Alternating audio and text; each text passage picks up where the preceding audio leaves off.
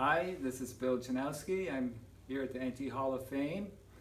I played for the Lumberjacks in 1972, 1973, and 1974 under Coach Ramsey, Coach Williams, Coach Tedder, and Coach Anastasi. And we were kind of a down program for a couple of years there. We had a great athlete, Ken Scripp, who was a tailback, and I was his backup apprentice tailback as a sophomore. And then my junior year, I played the cornerback on defense as well as running tailback for a part of the season. And then my senior year, I went back to tailback and played safety as well. What do you remember from those high school years? Oh, well, the whole experience was great. Being involved in football was my dream from probably fourth grade on. I played Little League, and I distinctly remember on a Friday night, once or twice during my very first year, going out to the NT football games that were being played and just wanting that to be my goal. They had some big games where they won, it's glorious, I just wanted to be part of that glory from about fourth grade on. And I was pretty, fourth grade, I think they started me at tackle. They said, look at the thighs in this guy, he's going to be a tackle. And so that was where I started, and played a defensive guard. And that was a very good position for learning the game. Just the immediacy of being right there by the quarterback, handing off to the backs. And the other guy who was playing defensive guard with me was Ricania, and he had a way of kind of blowing through the offense and making the tackles. So I just wanted, just kind of picked up from watching him. And later in the year, I think our running back was maybe a little bit banged up. We didn't have a great team in fourth grade, my fourth grade year, back in '66. And I got my first chance to try running the ball. Practice a couple times, no reaction. And finally got in a game and just started making these runs. And by the end of the game, coach was saying, well, we found our running back. And so the very next year, I was playing running back the whole time. And back in those days, we ran single wing offense like high school in North Tonawanda did. Probably not too much less sophisticated than the offense NT played, from what I've always heard about, NT's offense. And so I played that with the Tigers organization, played tailback with formations like the T and the I. Basically were innovative at that time. My freshman year, our coach really went on a limb and benched a few of the players from that I grew up playing Tiger ball with. And we actually ran, in 1 week, he installed the single wing offense, and for our opening game, we were able to keep up with Newport, and at the very end, I tossed the ball for a score in the last seconds of the game, so that was very exciting. And Wrestle was a good season for our team. So when it came to high school, I didn't know I really wanted to play varsity right away, so that's why I started out playing in my sophomore year, and there was just two others, I think Dave Meisner and Edgy Skavinsky, who were from Wrazin that played our sophomore years. And I was all of 140 pounds at that time, so I was surprised to get a showing in the very first game, and there was a snafu on the handoff, and then it was a while before I got back into the action for the varsity. But all during that year, I was playing I was running the offense, the tailback position with the first offense and the second offense. With the first offense, because Ken Scripp was constantly injured, and but he would come out the day before the game, practice with us, and he'd be ready to go. And he was just an excellent player.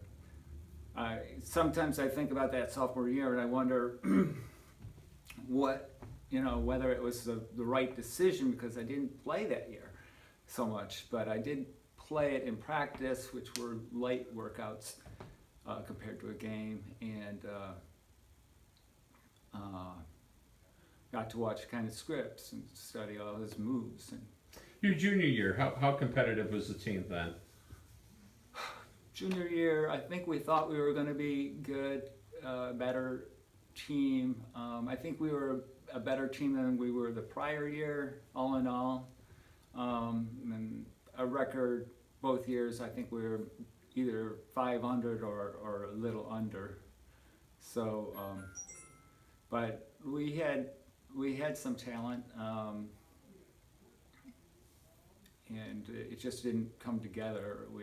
We lost our first couple games, which were important games.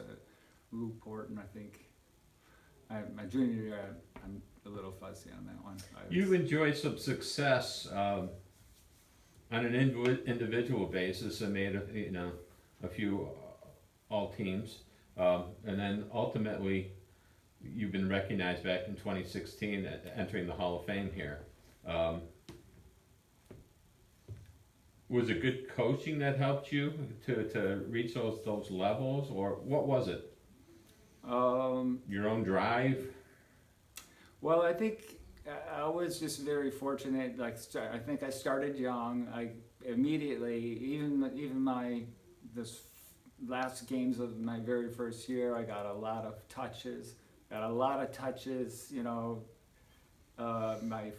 next year, I was still on the same level team. So there was a lot. It just kind of came natural to me, and the instinct of running, getting yardage, the glory of the position, making touchdowns, was very, reinforcing for positive. And then I was encouraged a lot to be a leader, exhibit good sportsmanship. My goal early on was to go to Notre Dame to play football, which is pretty high, goal. But they were like one of the first teams that I saw that really appealed to me and just stuck with me. And it was always something to work for, and kind of in terms of the good sportsmanship as well, it kind of reinforced. My mom was okay with that, because if I didn't go to play football, I would, be a good enough grades at school to get a scholarship to go, and that was the goal. That was kind of the game plan throughout, my childhood.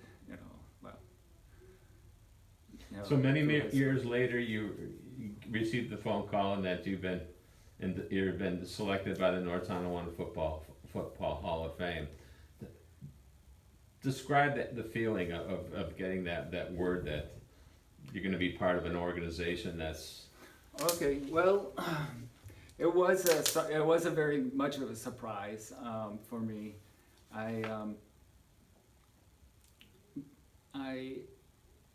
I'd had success at high school level, really the whole time I played football, but my senior year was the year where it kind of busted out. But I think the whole team did. When I was very excited to get the thing. There were,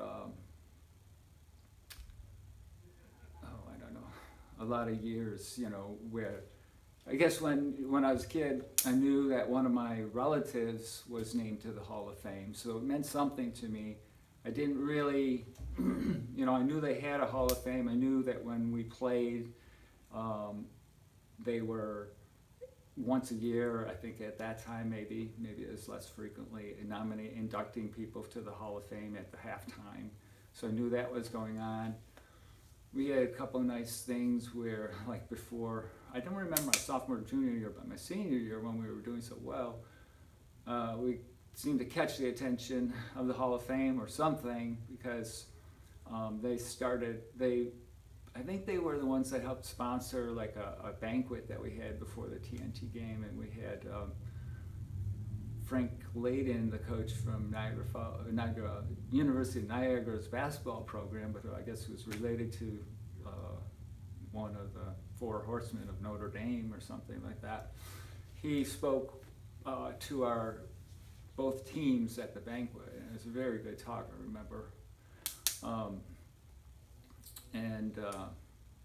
So it was on my mind. I knew a couple of the guys from the team had been inducted. I knew Mark Cizka, who was a senior when I was a sophomore, he PG'd, so my junior year he played safety and my position, tailback. And then like Stan Russin, lineman for my year. John Monasani was a junior when I was a senior, and he really had a very nice junior year. I wasn't even aware of that until looking at the game films, which you and Keith, have been posting up at YouTube, and I think that's a great thing. We had the game films during the season. Obviously, we reviewed them on Mondays after our games, and they were very kind of inspiring. You could look at them and see yourself like you were on television, and it was good for the team to see, if we had a big win. It wasn't so good if you had a loss, but they were there. But I can see, looking back at those films now, and again, I think you and Keith deserve a lot of credit for making those available. I think that's going to be a big asset for the organization, for people's appreciation of the NT program. If you met somebody for the first time and you started talking, having a conversation about high school football, what would you tell that person about North Tonawanda football? Oh, I think I always end up saying it's a big deal growing up to play football at North Tonawanda. We were kind of like the legendary powerhouse of the region. So I just remember going in to play PAL basketball real young and seeing all these big placards with the team's pictures on them posted, in the locker rooms, and you asked what that was about, and see some big trophies, We've talked about a few things right here. In conclusion, last question. Okay. What would you like to add about North Tonawanda football in this interview that I haven't asked you? Okay, well, I would like to add that just seeing the films again from our year, it's kind of inspired me to try to do a little bit more with the films, because initially I didn't realize you could slow down the speed at YouTube and watch them. And when I slow them down, I see them kind of the way I experienced them when I played. And I'm looking forward to kind of going back through the game films and kind of like doing a game time analysis of the games. maybe get some other guys from the team to join me, make comments, and there's so many things that you can learn by just watching the film and seeing other athletes. And right now I'm just totally focused on the '74 season and our players, and you see a lot of different things about, you know, what kind of team you were in retrospect. And some are, you know, kind of hard to see, and some are, you know, nice. So I think, though, there's a lot to compare between. You could like sit there and learn by looking at one player's style versus another player's style, and then comparing to other years with other teams. I think the potential for that is just amazing. Terrific. Billy, thank you so much for coming in. Thank you, Ed.